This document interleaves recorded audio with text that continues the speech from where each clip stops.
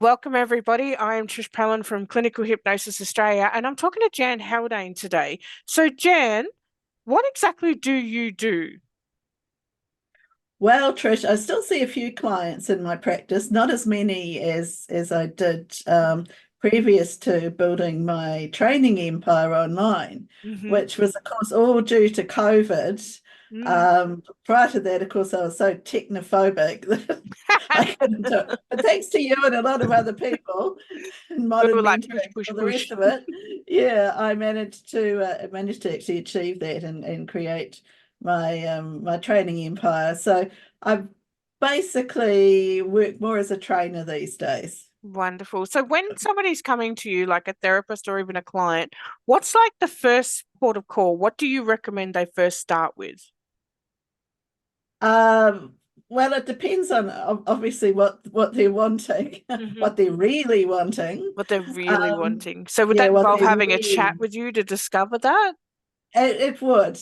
So probably you would have sort of a discovery session type of thing, if you want to call it that, Hmm. and just see where they're at the moment, because that's we can only work from that place. Yes. And then, it depends if they're a private client, then of course I can see them, online. I only work online these days. Hmm. And I don't really run that many programs these days. I tend to just do it session to session Yes. Yeah. because Yeah. I blend several modalities together. I mean, coaching and hypnotherapy, NLP, Mhm. bit of counseling, and anything else that's needed. If they're kind of down the spiritual path, I mean, I'm very much down that myself, although I don't always work with that, but I Mhm. certainly can. So it's a bit of a combo. So yeah, first of all, I need to really, get a grip on what it is they really need. Perhaps not what they think they need, but what they really need. Because you've been doing this for how many years now? Oh, the whole thing, I don't know, for probably 20 something years, So probably. you've got a lot I'm of not tools in your young. toolbox. You've got a I'm lot not of tools in young. your toolbox then that you can pull Oh, from. yeah, definitely. I mean, I've been doing the spiritual stuff for about 30 years, to be honest. Hmm. So I've got lots of tools to call on when Hmm. needed. Yeah, Wonderful. So what if somebody didn't want to go down the spiritual path? How would you approach that? that's absolutely fine. I can just approach that with your standard coaching, NLP, a bit of perhaps conversational hypno, or Mhm. more than that, a bit of counseling. Yeah, I've been down the counseling route for about 30 years as well. So yeah, And so I and don't you're need to teaching. bring yeah, I don't need to bring the spiritual in. If that person is not that way inclined, I certainly never force that. But if they indicate to me that they are, and they're wanting to go with more spiritual modalities, such as past life regression or some kind of energy work, then certainly I can bring that in, no problem at all. Beautiful. Well, like I know you've got a lot of things in your toolbox, okay? Because I've worked with you before, and but what's the ones that you really like working with? Like, what's your creme de la creme as such? Well, I mean, what I focus on now is really relationships Hmm. or relational trauma. So that goes just beyond intimate partner relationships. And it spans all the relationships you have in your life. And so, that goes right back basically to when you were born. So it's incorporating a lot of the inner child stuff, but more in an advanced inner child relational way. So that's really my baby now, because I've just worked with so many people and even know so many people, and I've had personal experience of what it's like to have really toxic relationships. You can call them Mm. narcissistic. I tend now to go more with the word toxic because it's more of an umbrella sort of Yeah. term, rather than people saying I don't like the narcissist label. But it's all those things that people, we don't get taught this in school. No, We we don't. don't get taught this in university. I mean, even a lot of counseling training doesn't incorporate this.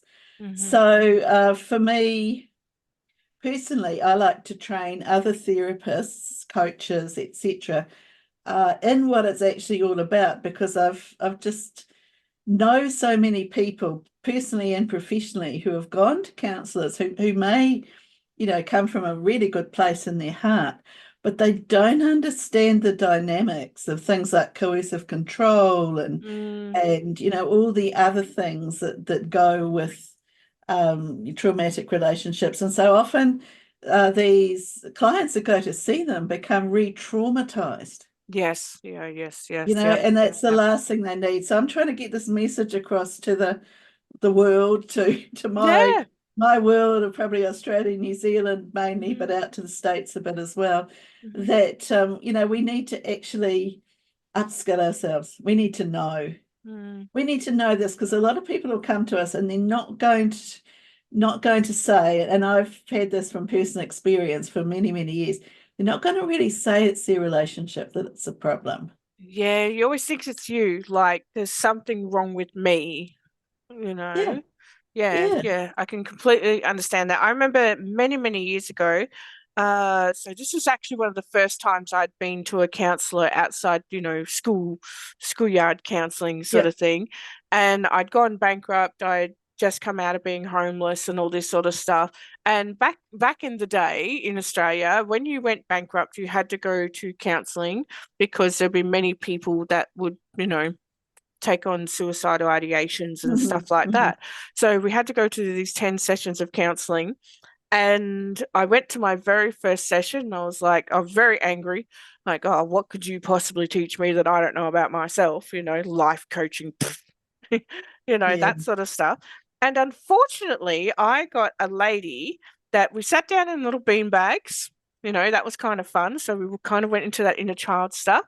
And then as she's typing away on her laptop, I was talking because she's like, just talk, just talk. So as she's typing away on her laptop, she turned around and she goes, oh, I forgot to buy cherries. And I thought, hmm. And I turned around and I was like, oh, I just farted on your beanbag. And she didn't even flinch. And I'm like, she's not even listening. Like, what do Oh, wow. I was you wondering if that was a pattern interrupt, but No, no, she no, she wasn't listening. wasn't even listening. And I thought to myself, I'm like, is this what counseling's like? Because I've got 9 more of these bloody things to go to, And I literally got up and walked out. And I don't even know if she noticed that I got up and walked out because she was too busy in her own world. And perhaps she didn't know how to counsel somebody who was in a toxic relationship, not only with themselves, but with Mm. people around them as well. So I honestly I highly recommend anyone to go to Jan because that's what you do, that's what you work with, sort of thing. Because I've been to counselors and I've been to many over the years. I don't know how many I had in the 10 in the end, but I've been to quite a few, and I'm just like, why? When did these people stop listening? Yeah, yeah, exactly. And so many people encounter that. And I know even myself as a younger woman, possibly in my early 30s, when I was studying spirituality and also studying counseling, I went along to see a spiritual counselor, and Mm, and she told me that I was in a toxic relationship and I was, he was a bully and all the rest of it. And I had a fairly new baby, I think, at that time, and I'm oh, going, oh, well, he doesn't hit me. And and she kind of looked at me like, and sort of explained to me, okay, yeah, well, I get that, but the rest of because it's it comes on not different okay. levels. Yeah, different level, because see, women of my age, I mean, I'm 65 this year, so women of my age, we were sort of brought up to think, well, if they don't hit you, then it's kind of okay, but it's not okay because he'd done lots of awful things to me, but he Mm, hadn't physically hit me. So in my mind, yes. it was, I know I wasn't in a toxic or I don't even know if she used the word toxic, but it wasn't a healthy relationship. We'll Yeah. put it that way. So, people don't know. You don't know what you don't know. Yeah, and being a new mum as well, you've got a whole new world coming at you and hormones, and then going, oh my Mhm. gosh, now I've got this child to support and extra work. Like, that's a lot to take on board. Yeah, especially in a relationship like that where you're getting no support. In fact, it's one of the most vulnerable times in a woman's life. Hmm. And he certainly wasn't, treating me particularly well. And that child's now 28 years old. So, it was a while ago, but Yeah. Would you say yeah. that there are a lot of people that are in relationships, but they are single in the relationship? It's like they're a single parent, but then they've just got the partner as the add-on. Does that make sense? Yes, definitely. Yeah, it does make sense. There are a lot of people like that whose relationships are not really healthy, not nurturing. They're there. They're in the same house or flat or whatever, Yeah, they but just play the rent and they pay yeah. the rent, and sometimes you may as well have a flatmate. Yeah, exactly, exactly. Can there be two toxic people in the one relationship? Oh, that's fun. That's really fun. Fun. Everybody gets a piece of I cake. mean, it's not really fun, but if you, I haven't done couples counselling per se for quite a number of years now, or couples coaching to be Mhm. precise, but But there I can teach be it. two But they that are can, just as they toxic. can, yes, and Or they're do as they bad as it. feed off each other's toxicity? Like that's what heightens the relationship. Yes, to a point they do. They feed off each other's toxicity. I mean, everyone is unique, Mm. but some people, for some of them, they stay together because of that, and other times it collapses. Usually, Yeah. the terrible casualty of that is the children. Yes, yes, because I must admit, like I had a girlfriend and her partner, and I remember sitting there one day with my partner at the time, and this particular couple, they just fought all the time. They nitpick at each other until it literally got into a screaming match. And I remember looking over to my partner at the time and going, if we end up like that, you divorce me, you know, because I couldn't work out how they could be together for like in such a horrible way and call each other those horrible names and all that sort of stuff, and still be in love. I couldn't process that, and I wondered whether they were both toxic. They could well be. A lot of that is basically driven by low self-esteem. Very So good it's point. possible that they could be. I mean, now some couples argue, but not in terms of throwing horrible names, and they just bicker and argue, and they've been married for years and years and they're actually quite happy. That's Mhm. just their style. Yeah, that's their vent Um, way, and yeah, yeah. it's just their way, but it doesn't go over the top. But from what you're saying, that's really emotional abuse. So Yes, it, yeah. it comes to the stage where they don't really like each other at all, Mm. but they're afraid to be on their own. Yeah, they did eventually split, but it was the children in the relationship. I used to think, Mhm. wow, you're teaching these children that this is what a relationship is like, So this one relationship for two girls would then become two relationships, and then they're going to teach their kids that. And if they have two kids each, that'd be four relationships. It's like, oh, no, no, The no, no, no. intergenerational Yeah, aspect of that is of course passed down until yeah, someone decides to stop it.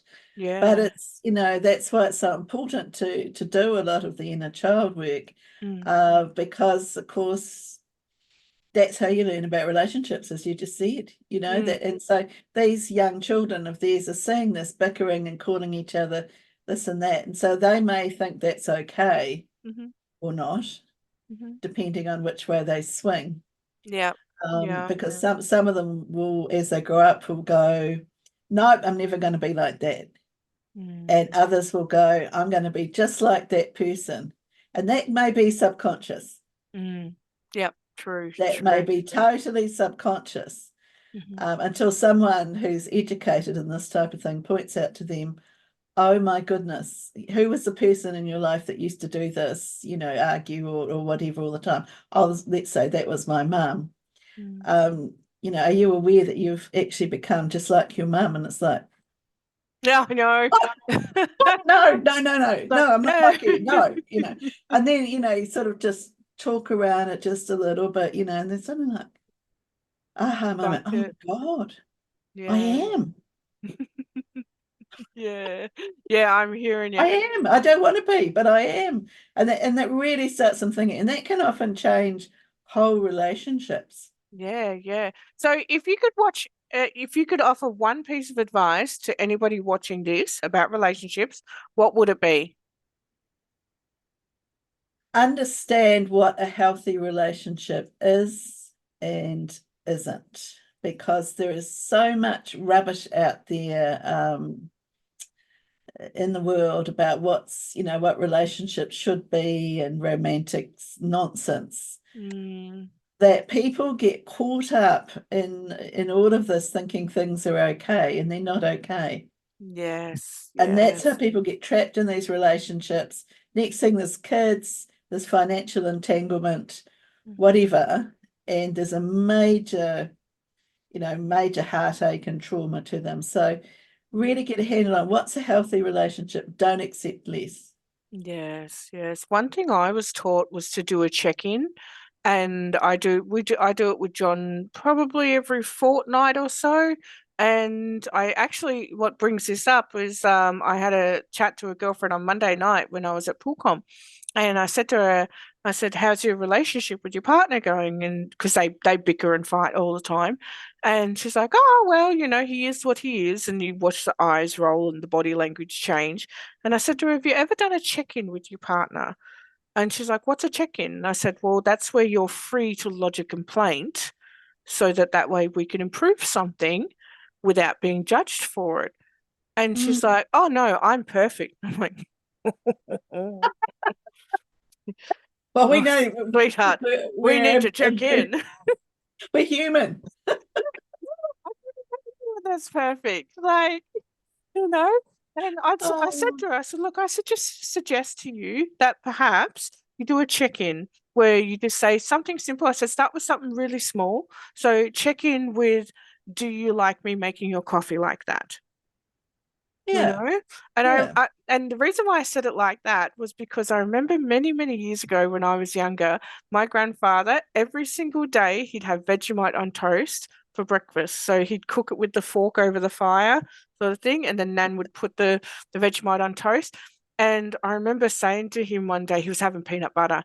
And I remember I was only a kid and I said to him, like, "Poppy, you're having peanut butter?" And he goes, "I've never liked Vegemite, but don't tell your Nan." Oh, And he'd been eating okay. it almost every day for like all these years because he didn't do a simple check-in with Nan to go, "Oh, look, I'm actually over peanut butter. Could we do something else?" You know? Yeah, yeah, that's So, a very, very good point. And I think that raises something really, really important, is that when you're editing what you say with people, with your mm, partner, there's something not right there. yeah, exactly.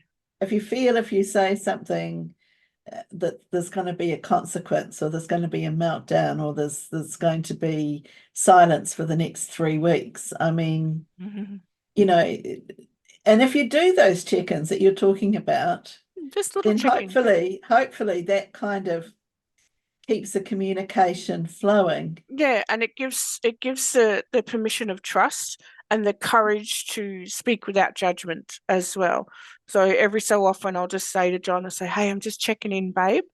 We're all good with what we've been eating, or do you want any changes made or anything like that?" And he'll do the same with me. He'll go, "Just doing a check-in, babe. Are there any complaints?" I'm like, "Yeah, you really need to put the washing in the basket again because the socks have started to creep out." And he'll apply himself to that because we both know that we don't want to give each other stress. We want to give each other support. Absolutely. And it is so important. And sometimes it is those little things. It And is. you can go along quite sort of innocently thinking, oh, well, they like what I'm cooking for dinner, or Vegemite on toast or whatever. And you And they wouldn't know. don't. But if they're Yeah. too scared to actually say they don't, then that kind of Yeah. needs addressing. Or how do we communicate about this better? Yeah. What bigger things might be going on that I don't know are building resentment? Like, yeah. Well, that's always a possibility too, especially over time. So yeah, I think it's getting a grip on having a healthy relationship, and not Absolutely. rushing, not rushing into relationships. I see this all the time with internet dating. I hate internet dating. I know some people have been successful, and I know you have, but particularly in the past now, in my humble opinion, from personal experience and the experience of a lot of other people I know, it's actually really dangerous. Yeah, I would definitely go with that. Absolutely. Like I was really lucky, but in saying that, there was probably about three guys I met before I met John. And yeah, yeah, they were just unhealthy and toxic themselves, you know. And they can hide it all, Trish. Yeah, they were playing a It's role.